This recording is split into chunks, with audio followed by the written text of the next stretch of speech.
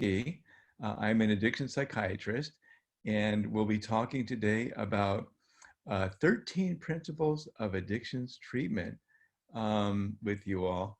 These are principles that I have really come to over the past 30 years of my practice of addiction psychiatry, and also just trying to make this congruent with the literature on best practices in addictions treatment. So let's start. Obviously, one of the things that we want to strive for in anything we do is excellence. And a good addictions treatment program will basically have staff who are modeling what I call total recovery, meaning that they are free from all addictions themselves or are in the process of recovery from all addictions. At the program where I worked, there was a real move to, for example, get everybody to not be smoking and to not be harming themselves in any way by virtue of addiction. I think when we can model this for our patients, it can serve as a source of authenticity and inspiration for patients. The next thing is really to measure outcomes, satisfaction, clinical outcomes, process outcomes, to feed that information into a process of a continuous quality improvement. It's important to have systems in place to do this in any good program. As part of that, I really think that there is a real opportunity for feedback-informed treatment. At the facility where I used to work, we would have patients take the last 5 minutes of a session to fill out a feedback-informed treatment questionnaire, just a few questions, and then be able to discuss with the therapist how the treatment was going for real-time attention and addressing any issues or concerns.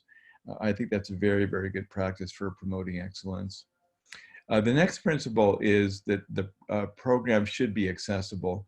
And there's this need, it's almost like with an airplane, it can either fly fast or fly slow and carry a lot. And you want something that's sort of optimally in the middle. What you want are thoughtful admissions assessments, but they should be expeditious. Getting people in, getting them stabilized, reducing their suffering as quickly and safely as possible, but with enough information that's needed to be able to provide, a very good assessment that sort of can safely get things started. The third principle is safety. This is so important for the population that we deal with, which has up to an 80, even 90% issue of trauma. As you know, most people who fall into addiction do have a trauma history. And if they don't have a trauma history, they definitely develop a trauma from the trauma of just suffering from addiction. So it's really important to be non-punitive and non-shaming. We have a legacy of programs that have engaged in punitive and shaming behaviors, and we really want to renounce them. They are just not therapeutic. A corollary to that is to treat people with kindness, compassion, and unconditional respect. We may not respect the destructive and provocative things that they do, but we have to be able to see beyond that as clinicians and see that there is maybe a hurting human being in there who maybe lacks skills or capacities. And just like we wouldn't judge a blind man for not being able to see, nor should we judge people for the lack of their capacities that can be harmful and destructive. I think another issue with this is to really avoid stigmatizing or pathologizing patients. At our program, we really eliminated words like addict and alcoholic. I think the language of recovery, if you Google the language of recovery, you'll see that there's just a whole new language we need to start using. Urines are not dirty, they're positive. Patients are not clean, they're sober. They were never dirty to begin with. Words like you're an addict, it really needs to be replaced with you're suffering from an addiction, that kind of thing. Very, very important that we take the stigma and sort of the underlying cultural hatefulness that's woven into the way we think about addiction because of people's lack of understanding of the illness. The other thing is, patients feel safe when they feel that they're collaborating. This sort of my way or the highway approach of traditional addiction treatment programs is just not respectful, and it doesn't feel safe for many patients. So really they need to create a collaborative approach to treatment. Also, treatment should be based on a person's strengths as much as possible, rather than focusing on their deficits. We know that optimal healing and recovery comes when we address people's deficits by leveraging their strengths. It's so important. There's a need, obviously, for some firmness. There are guidelines, there are routines, there's meeting times, there's rules around the residential living facilities. For example, there's the need to pay for co-pays and all sorts of guidelines and needs. But we want to be flexible and really accommodate ourselves as much as we can to the reasonable needs and preferences of our patients. That's so important. And obviously confidentiality is very, very, very critical. And one of the guidelines that we try and enforce, for example, in group treatment, is that what goes on here stays here, and to respect everybody's confidentiality. So very important. The other thing is, we now know that treatment should be trauma-informed, and there's a whole literature on what that means in terms of collaboration, and again, all of these things that we're talking about here. Seeing people's dysfunctional behavior as their oftentimes trauma-based ways of coping that they learned early on, and having some empathy and compassion for the way people are trying to survive, and understanding their experience of trauma and how that affects them. And the term I've heard recently is trauma integrated, and I really think this is where the field is going, towards more of a sense of integrating trauma-based kind of interventions, including somatic interventions for soothing and stabilizing as an initial trauma approach. And that really needs to be integrated into the addictions treatment that we are providing. So important to do that. The next principle is patient-centered. And we hear this term all the time, but oftentimes it just takes a real intentional effort and mindfulness to really make sure that everything that we do is patient-centered. I know that I struggle with this personally, in terms of having this feeling that I know what's best for my patients. It's best for them to be sober, and I know what evidence-based approaches are most helpful. So as a professional, and as somebody who can be a teacher and educator, I know I have something to offer, but that doesn't mean that I can set the agenda for the patient or decide on their path. There are many paths to recovery. I think part of what we need to do is, again, not tell everybody that they have to go to AA, although I think, I don't know if people saw the recent study, but the meta-analysis that was a Cochrane review that showed that AA probably is the most effective, if not one of the most effective approaches to treatment. But again, this is a decision that patients make for themselves. So treatment really needs to be individualized to the needs and preferences of patients. There needs to be choice and flexibility. In my prior program, we taught people about AA, Smart Recovery, Dharma Recovery, recovery coaches, really giving people the opportunity to choose what pathway was best for them. I think, in running a treatment program, there's this need to sort of balance individualization with consistency, which is a programmatic and managerial challenge, because there does need to be some sort of reliability and consistency. We can't have sort of complete chaos in terms of what we're doing. So this, again, this is sort of an ideal that we want to try and optimize as much as we can. Obviously, we need to give people the opportunity to give their informed consent, not only for medications, but for all aspects of their treatment. This can include, for example, informed consent for involving family members in their treatment. And then again, if we're really centering our treatment, it really needs to be some concept of where is a person at in terms of their recovery. Are they in pre-contemplation, contemplation, preparation, action, maintenance? Where are they at, and how can we match our interventions with their needs based on where they are in the process of recovery.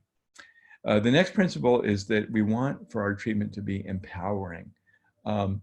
And this really comes down to that paradox that we have around powerlessness and empowerment and surrender. And we need to be skillful in managing this paradox. It really is true that, that on some level, we need to recognize if we have an addiction, that there is a force that at times it really is greater than our free will to manage, and there's a need to, in a way, surrender to the need for help. But the way that I see it is that surrendering to the need for help, surrendering to a higher power, a greater power, I like the term greater power, is really a process of self-empowerment. And that's blended, again, with increasing our own, empowering us with our own capacities, for example, to manage cravings and triggers and stress. We have a great deal of power and capacity.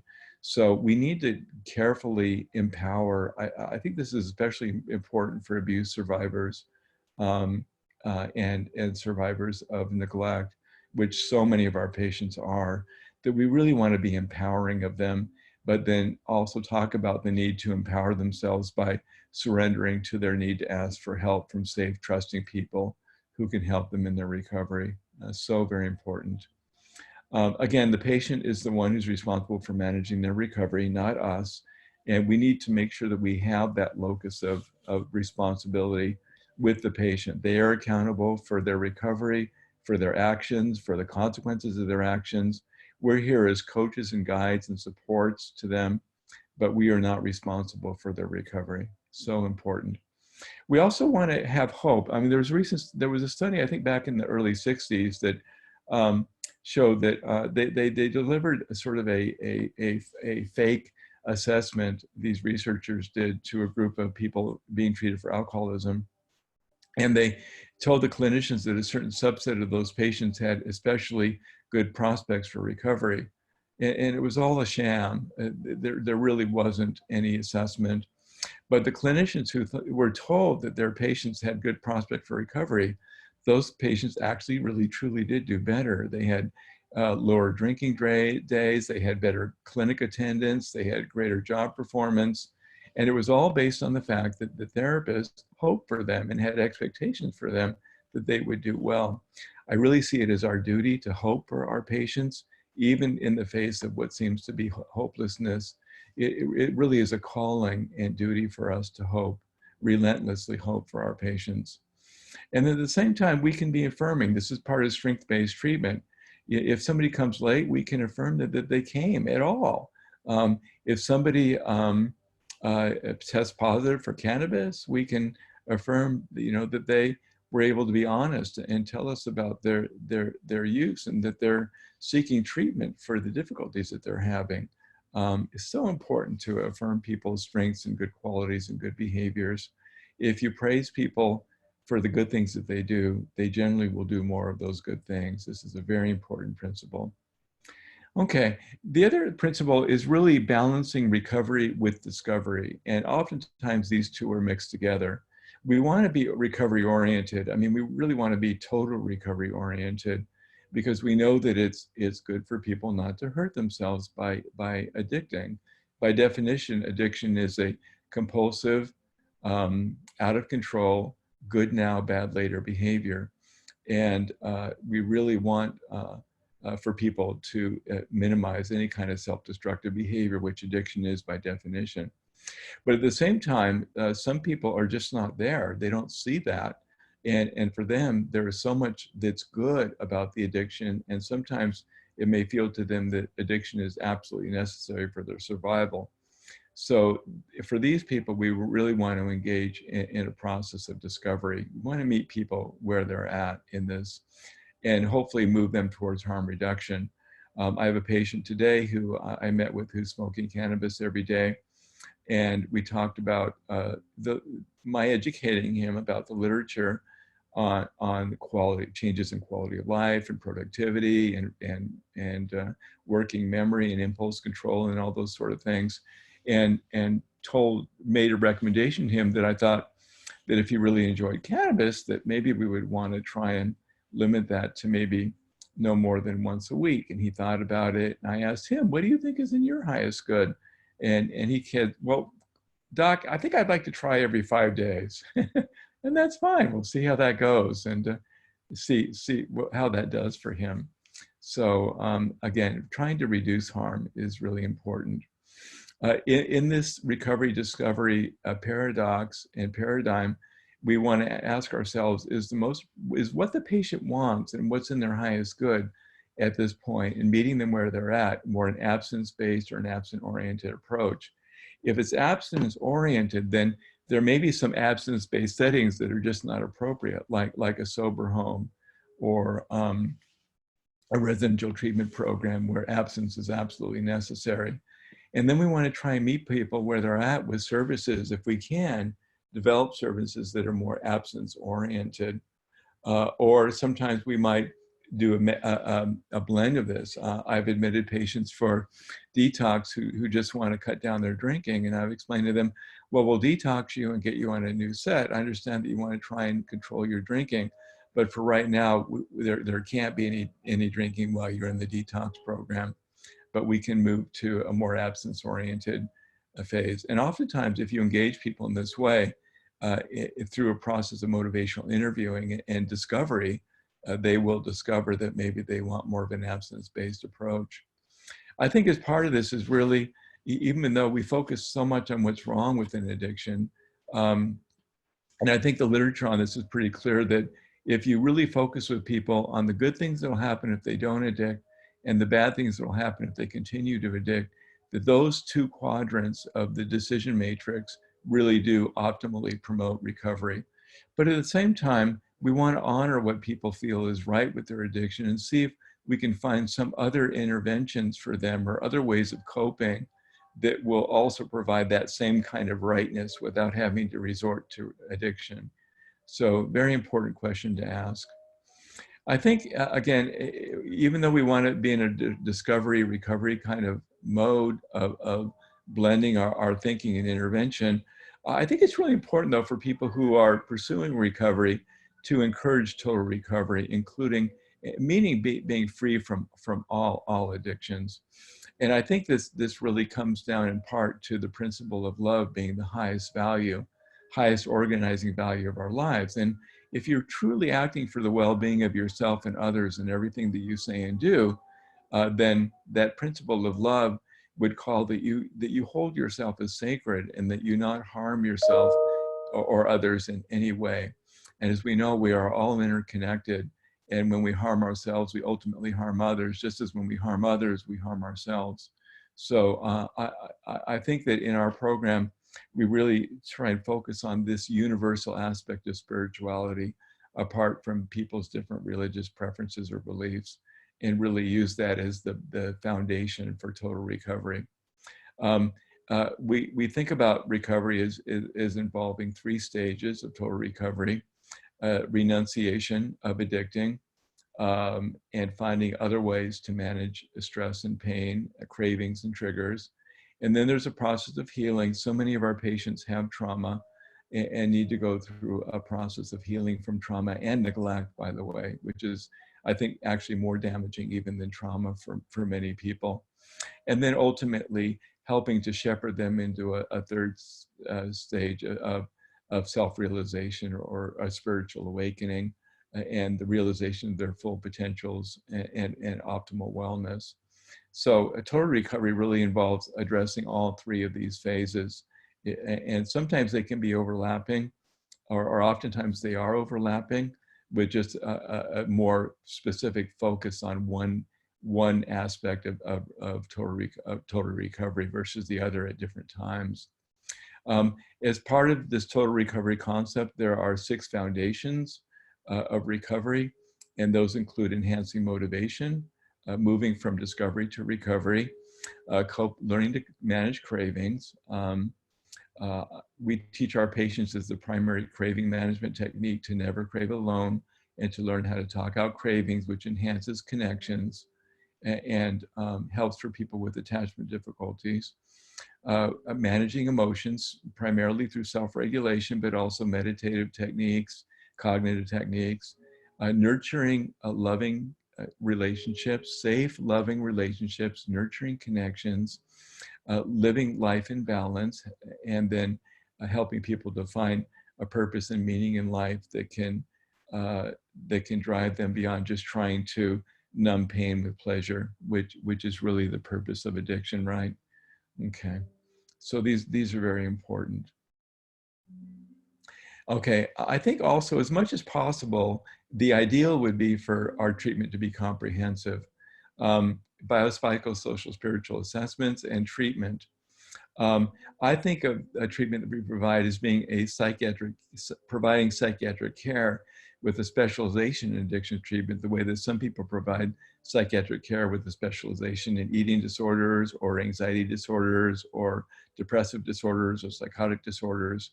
That we really want to have this sort of view, not of ourselves as addictions treatment providers, but as psychiatric providers who happen to specialize in addictions treatment.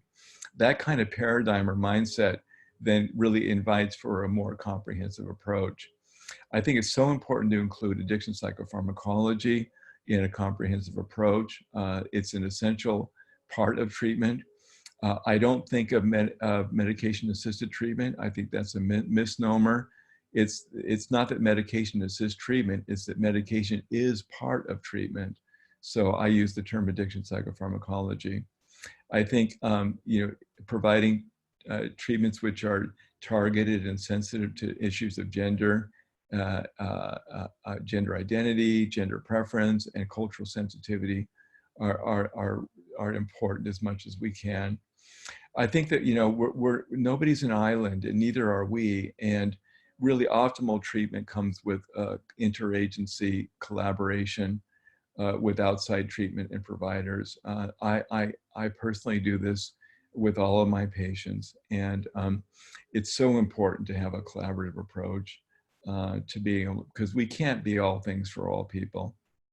I think a comprehensive approach really has a lot to do not only with psychopharmacology and teaching addictions, recovery skills, trigger management skills, craving management skills, but also just basic life skills for many of our patients, how to manage stress, how to manage relationships, how to get through the day in an organized way is so important. Again, stress management is really critical because stress is a major trigger for addicting for many people. And then obviously we want our treatment to be building recovery supports for our patients. Nobody recovers alone, or almost nobody recovers alone. And it's so important that people learn how to build recovery supports. Now, most of our patients, or many of them, if not most of them, have attachment disorders, either anxious attachment disorders or avoidant attachment disorders or mixed attachment disorders or disorganized attachment disorders. And so for them, finding safe and trusting people to take the risk of being vulnerable with, you might as well ask them to jump off a 100-foot building. So it's just uncomfortable. It's terrifying. People have been so hurt and disappointed in the past. And so a lot of our work is helping them to do what they know intellectually is good for them, but which is profoundly uncomfortable and unfamiliar. And so I see this as a big part of our work as addictions treatment providers. I think the other thing is people are going to experience re-addiction. I don't use the word relapse because that has an all or none connotation, but I think about degrees of re-addicting. And really, when people come in, I've stopped thinking about total recovery and abstinence as the goal of treatment. I'm thinking of the goals as being sort of reduction of harm, promotion of functioning and well-being, and a minimization of the harm of re-addicting. But really considering re-addicting is, for some people, and for many people, part of the process of healing. Not a necessary part, but something that often happens. and which it can be really a tremendous opportunity for learning and growth. That change in attitude is so important for supporting people when they do re-addict, because they're experiencing so much shame over re-addicting, and we can help to really take that shame away by changing our own attitude, because our own attitude will come out, and our patients will feel our attitude. And this is a profound, by changing our attitude, it's a way of being profoundly supportive to our patients.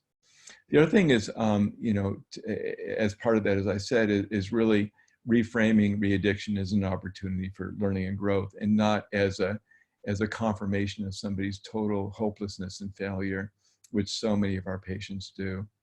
I think in addition to recovery supports, good programs will also develop an alumni support program for their patients, and I think that can be so important as well. The other thing is, I think of addictions treatment as really a network-oriented approach. I involve families as much as possible. I think of addiction as ripples in the pond. We're all interconnected in this interdependent web of life. And what we do has impact and consequences and affects other people, especially those who are closest to us, which are sort of the first circle in the ripples. And we really want to attend to the damage and harm as much as we can to the entire network, as well as leveraging the network to support the recovery of the patient. And the community reinforcement and family training approach developed by Roger Myers and his group in New Mexico is a strong evidence-based way of doing this. We involve families and networks in treatment as a matter of practice for almost everybody.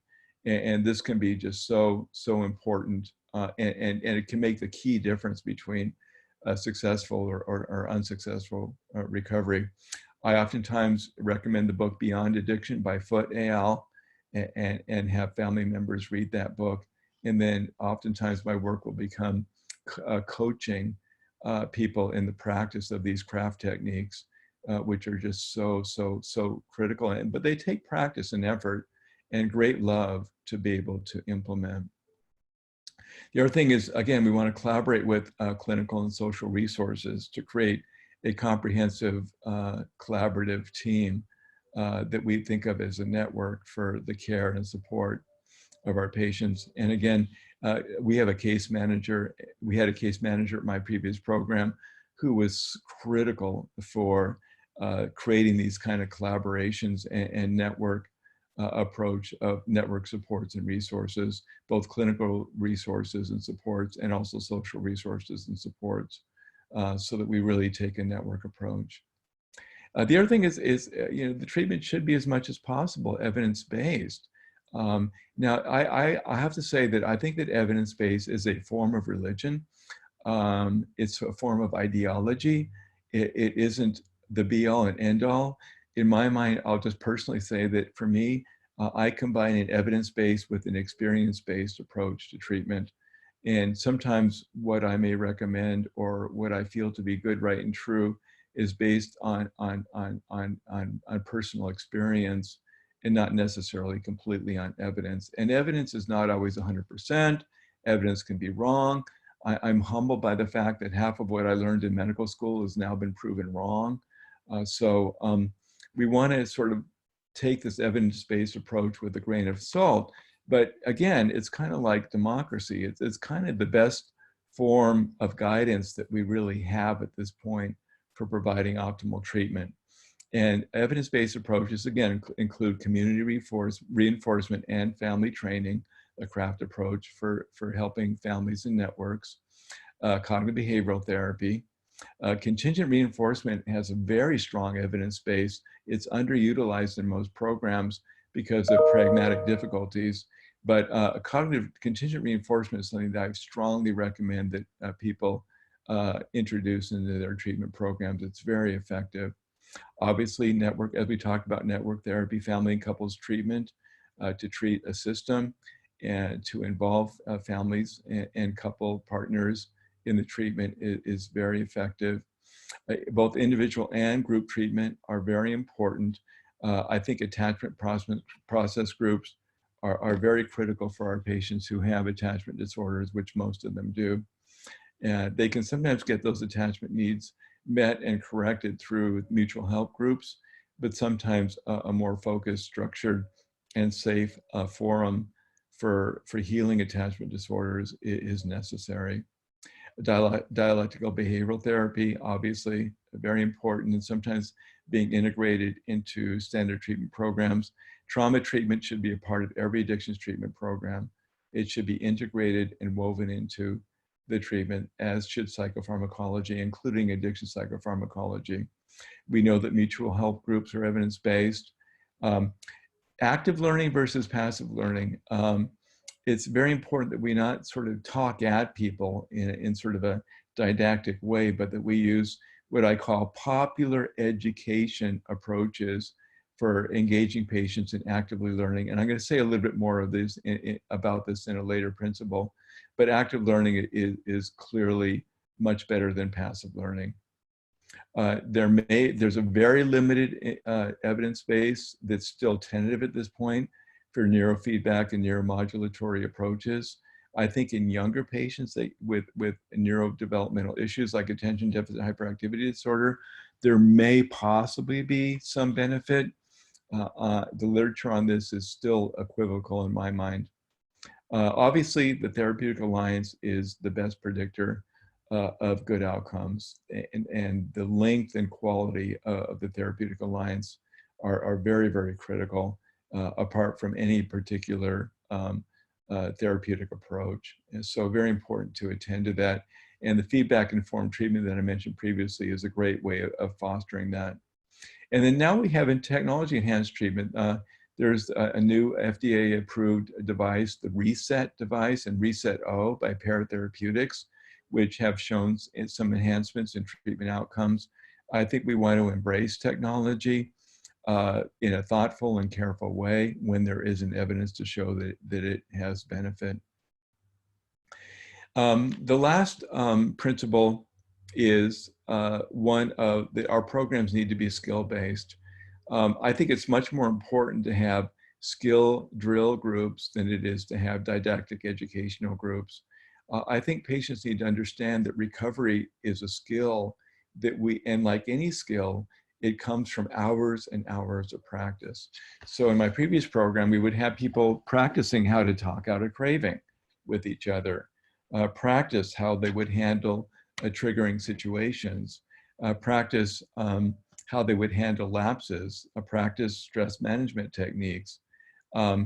All of these are skills that need to be developed with practice, self-management, relationship management, all of these. And I really think that the future of treatment programs is moving more towards skilling, drills of skills, skill drills, as a way of practicing and developing these skills, so that when people leave, they are empowered with the capabilities that they need to be able to navigate their recovery.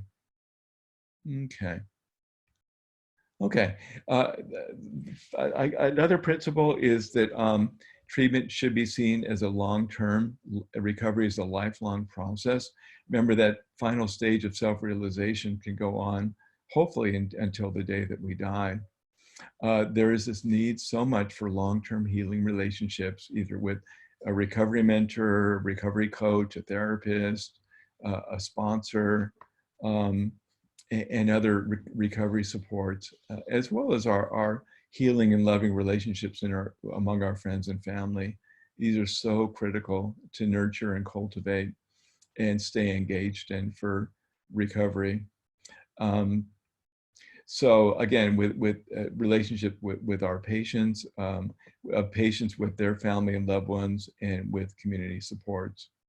So in conclusion, I just want to provide this sort of concept or anchoring concept for all of the other principles, which is the idea that recovery is the practice of love. What do I mean by that? Well, the definition of love is a reverence-inspired action. So out of an attitude of reverence, different from our feelings, we may be mad or sad or angry or affectionate. We may have feelings of love, but underlying that, there's this constant attitude of a reverence for this sacred life and for the sacredness of ourselves and for the sacredness of others. And out of that reverence, we are then inspired to act to enhance life, enhance our well-being, enhance the well-being of others, enhance the one life of which we are a part. And I think that if we take that kind of foundational practice of love as our starting point, we see that recovery is really everything. It is really the practice of love. I think of addiction as an unskillful form of self-love. It's an attempt to feel good and not feel bad, which ultimately leads to feeling worse in the long run. And it's just not a wise form of loving, but the essence underneath it is a loving intent to not feel bad and to feel good. So if we can harness recovery as a way of more effectively and more skillfully loving ourselves and others, and ultimately those are the same, then I think that that kind of principle, the universal principle, guiding principle of love, is so critical as you think about all these different principles of addiction and recovery. So we want to blend compassion and wisdom in our approach with our patients. Otherwise, we do not have skillful loving. And I just want to say that if recovery is a practice of love, then for us, treatment also is the practice of love. It is enhancing the well-being of our patients and their families and friends in everything that we say and do, and also ultimately enhancing our own well-being in the process. And again, there's the issue of blending compassion and wisdom in our approach towards patients. So this is the practice for patients, and it's our practice in our work with patients. And I hope that you'll see that the principles that I've laid out are really an attempt to blend compassion and wisdom in our approach towards treating addictions. Okay, so that is the end of the slideshow. I am going to open up a question and answer box here. And I'm going to read, please feel free to enter questions.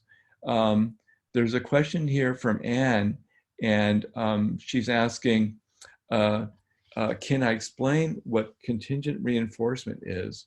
And again, we have about 20 minutes, so we have plenty of time for questions and answers. I really encourage people to put questions if they want to into the Q&A box for me to answer. So contingent reinforcement is a little bit different. There are two different kinds of reinforcement. There's contingent reinforcement, and then there's community reinforcement. Contingent reinforcement is when you give a reward for a targeted behavior. So for example, among my patients, when they quit smoking, they get a $50 Amazon gift card, and that is a contingent reinforcement. Programs can use all sorts of specific rewards for recovery behavior. It might be, for example, getting a special lunch during lunchtime in a program if you've achieved a particular goal, or something like that. It could be a voucher or a gift card, or it could be maybe some article of clothing or a swag or that kind of some sort of swag. Now that's different from community reinforcement. Community reinforcement is sort of social reinforcement. And that's way, for example, where you would have somebody in a meeting come up in front of everybody and really congratulate them maybe for getting into total recovery and quitting that final addiction, or for maybe for getting a recovery mentor, or for going to meetings for 6 days out of the past 6 days. And what you would do is you would recognize this person. You might give them a badge to wear to sort of recognize them, or maybe a little plaque or a diploma, some sort of recognition of award or something like that. And that's community reinforcement. I think blending contingent and community reinforcements are extremely powerful ways to positively promote positive behavior. Okay, the next question is from Donna, and she's saying, hi, I'm wondering how you maintain healthy boundaries when you practice loving kindness. Wow, that is a great question. Um, um, so let me answer that. Let me think about that for a second. I think actually love requires boundaries. I think you can't have love without boundaries. Um, I think there are boundaries in terms of what we say and what we don't say, so that we maintain authenticity without being harmful to people. I think that there are healthy boundaries about keeping ourselves safe and keeping others safe. There's boundaries, for example, about role boundaries. So for example, we don't have sex with our patients, for example. Um, there are different kinds of boundaries, and actually these boundaries are part of the practice of love. Boundaries are essential for loving effectively and for loving kindness. Again, I think the question is, what would love do? And oftentimes what is most loving, what most enhances the well-being of ourselves and others has to do with boundaries. That's so very important. So yes, think of loving as loving kindness as in part involving um, boundaries. That's really an important concept. Okay, Lori, um, this was a remarkable presentation. Thank you. I'm so aligned with how I practice my craft with clients. May we please get the webinar slides? Thank you for this wonderful approach. And how may we contact you? So anybody is free to contact me at any time. I love to collaborate with people. My email address is MDM, that's Michael David McGee, MDM at wellmind, like a happy brain, wellmind.com. Please shoot me an email. Let me know your thoughts. Introduce yourself to me. Let me know what you're doing and how you're doing it.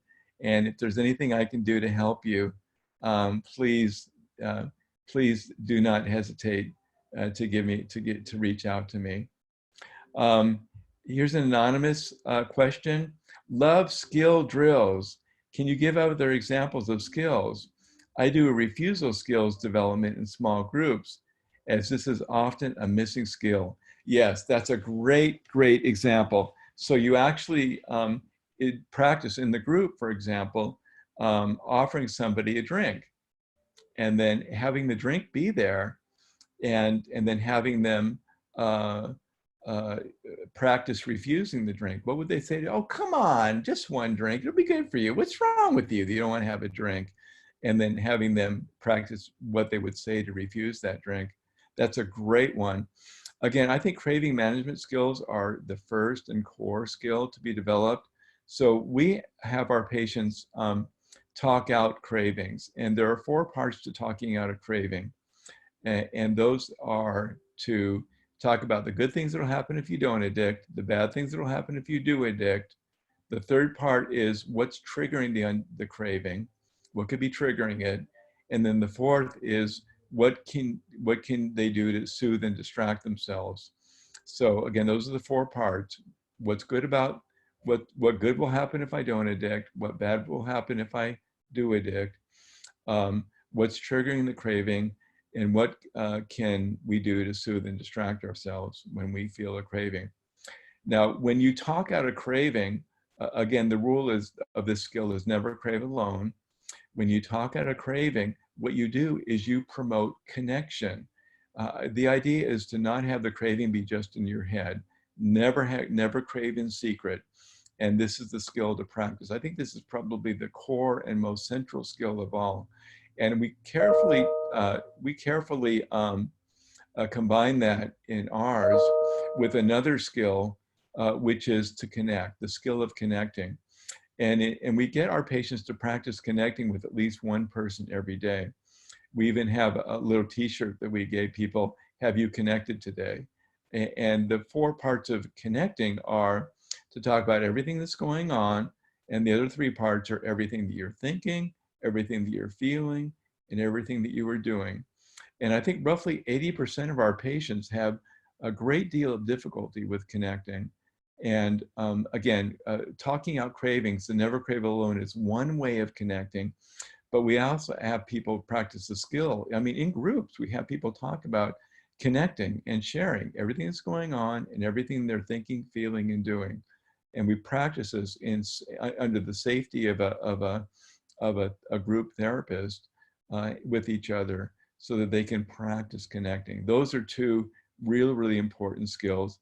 I think other trigger management skills could be, practicing, for example, stress management is practicing meditation. We do the morning mirror. We did the morning miracle in my program every morning. So we practiced journaling, we practiced meditation, we practiced affirmations. It's really the practice of these skills that is so important. So yeah, those are some examples of skill drills that we do. Okay, let me see. Donna says, I really appreciate the philosophical basis in your approach and also aligned with my style. Oh, I think I read this already. Oh, wait, and in your work has the practice of gifts, etc., as a form of contingent reinforcement ever obstructed a patient's personal self-worth and inner core strength in early recovery? Has the practice of gifts as a form of contingent reinforcement ever obstructed a patient's personal self-worth and inner core strength in early recovery? I'm not aware of any evidence that contingent reinforcement harms a patient's personal self-worth and inner core strength. It's an interesting idea, but I have not seen that in actual practice. So no, I think you're pretty safe with contingent reinforcements. I think that there's very little risk from what I'm aware of in the evidence of any kind of harm. Okay. How do you get staff to get on board with the recovery language?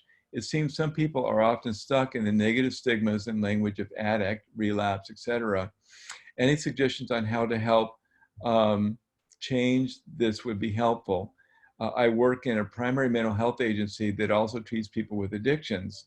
Thank you again for the presentation, learning some great new information. This is from Ann.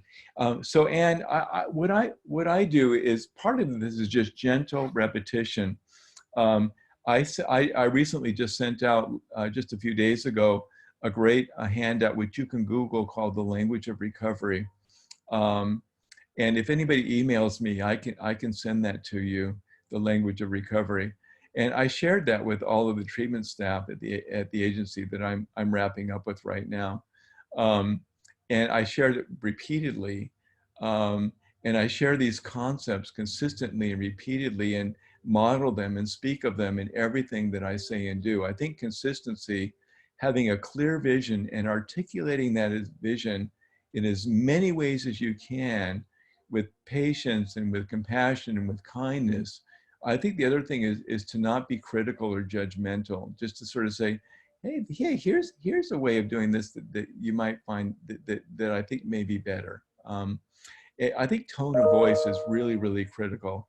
If you talk about these things in a way that sounds critical or judgmental of the way that people are doing things, they're automatically going to shut down.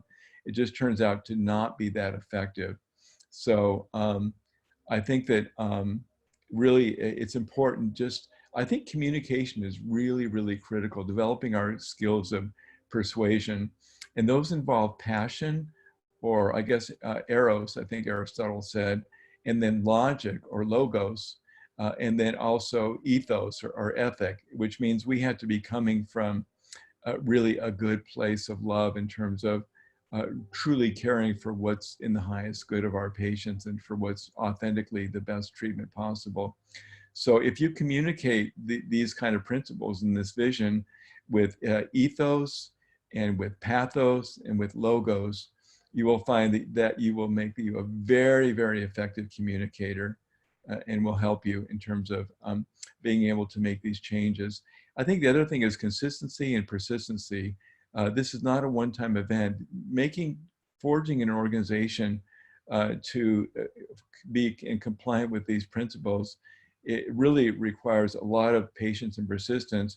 And if you meet resistance, I think the big question to ask is, help me understand. Help me understand. What are your concerns? What are your fears? What are your thoughts about this?